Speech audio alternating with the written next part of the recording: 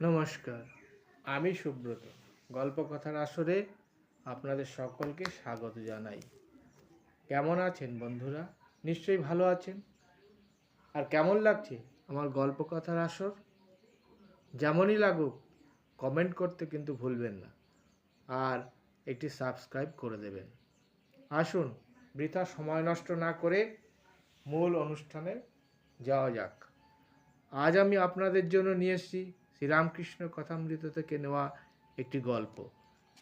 বিষয়: অহংকার ত্যাগ না করলে ঈশ্বর ভার লন না। ঠাকুর শ্রীরামকৃষ্ণ এই প্রসঙ্গে একটি গল্প বলেছিলেন। আসুন গল্পটি শোনা যাক। বৈকুণ্ঠে লক্ষ্মীনারায়ণ বসে আছেন। হঠাৎ নারায়ণ উঠে দাঁড়ালেন। লক্ষ্মী পদসেবা করছিলেন। বললেন, ঠাকুর কোথায় যাও?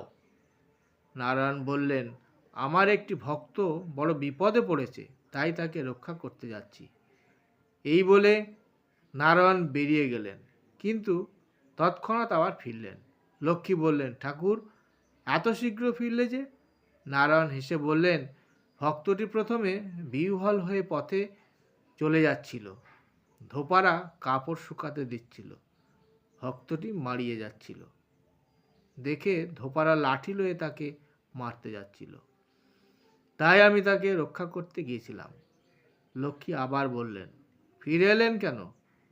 নারায়ণ হাসতে হাসতে বললেন, সে ভক্তটি নিজে ধোপাদের মারবার জন্য ইট তুলেছে দেখলাম, তাই আর আমি গেলাম না।